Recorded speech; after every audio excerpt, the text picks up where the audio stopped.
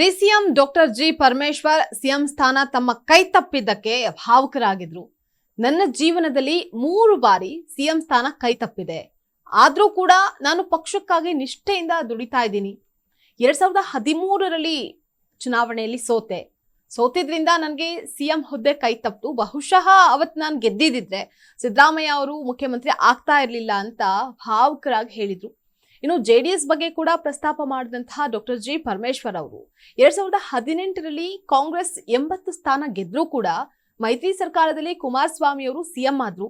ಇವತ್ತು ನನ್ನನ್ನ ಮುಖ್ಯಮಂತ್ರಿ ಮಾಡಬಹುದಾಗಿತ್ತು, ಆದ್ರೆ ಅವಕಾಶ ಸಿಗ್ಲಿಲ್ಲ. 2026ರಲ್ಲೂ ಸಿಎಂ ಹುದ್ದೆ ನಿರೀಕ್ಷೆ ಇತ್ತು, ಆದ್ರೆ ರಾಜಕೀಯ ಕಾರಣಗಳಿಂದ ಸಾಧ್ಯ ಆಗ್ಲಿಲ್ಲ ಅಂತ ಹೇಳಿ ಬೇಸರವನ್ನ ಹೊರಹಾಕಿದ್ದಾರೆ. ಪರಮೇಶ್ವರ್ ಅವರ ಈ ಹೇಳಿಕೆಗೆ ಈಗ HD ಕುಮಾರಸ್ವಾಮಿ ಅವರು ಸಹ ಟಾಂಗ್ ಅನ್ನ ಕೊಟ್ಟಿದ್ದಾರೆ. ಪರಮೇಶ್ವರ್ ಅವ್ರಿಗೆ ಸಿಎಂ ಸ್ಥಾನ ಕೈ ತಪ್ಪೋದಕ್ಕೆ ಕಾಂಗ್ರೆಸ್ಸಿಗರೇ ಕಾರಣ.